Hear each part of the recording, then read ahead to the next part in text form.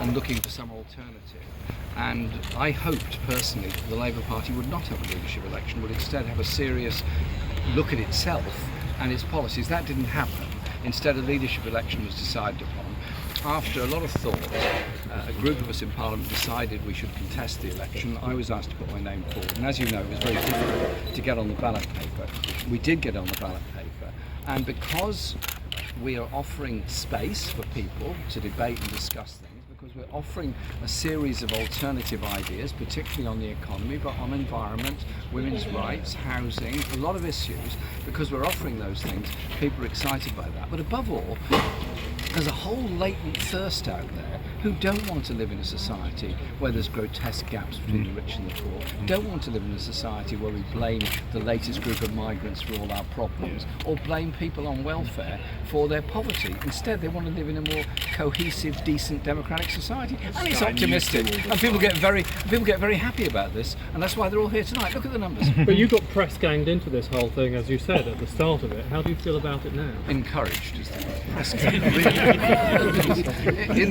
In democracy in the bowels of Westminster, nobody would press gang. No, I feel very excited and very optimistic about it. This is there's somewhere between 75 and 80 events we've done since this campaign started. That's one of those tonight. There's at least another 30 events to go before the ballot closes, and it's amazing to get 600,000 people taking part in a party election process. It's the largest participation there's ever been in any event in British politics outside of a general election. It's something I think we can all be very pleased and very proud about. So if people in the Labour Party are nervous, fear not. It's been invaded by young people, by older people. It's been invaded by democracy, by ideas, by optimism, by hope. It's going to be different and it's going to be better. Sorry, Alex. Who are we going to next? Yes, you tell us. Thank you. So if you're a leader, what will be your first decision? Sorry? If you're a leader, Yes. what will be your first decision?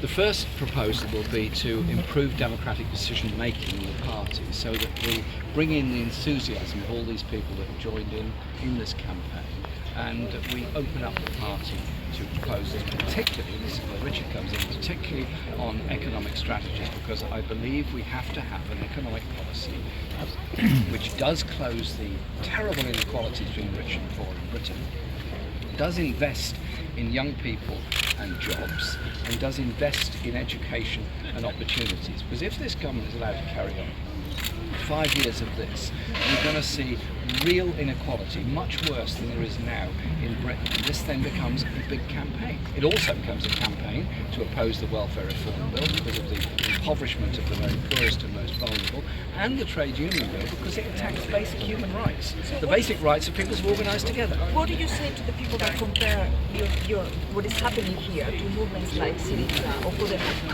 There is a movement all around the world, not just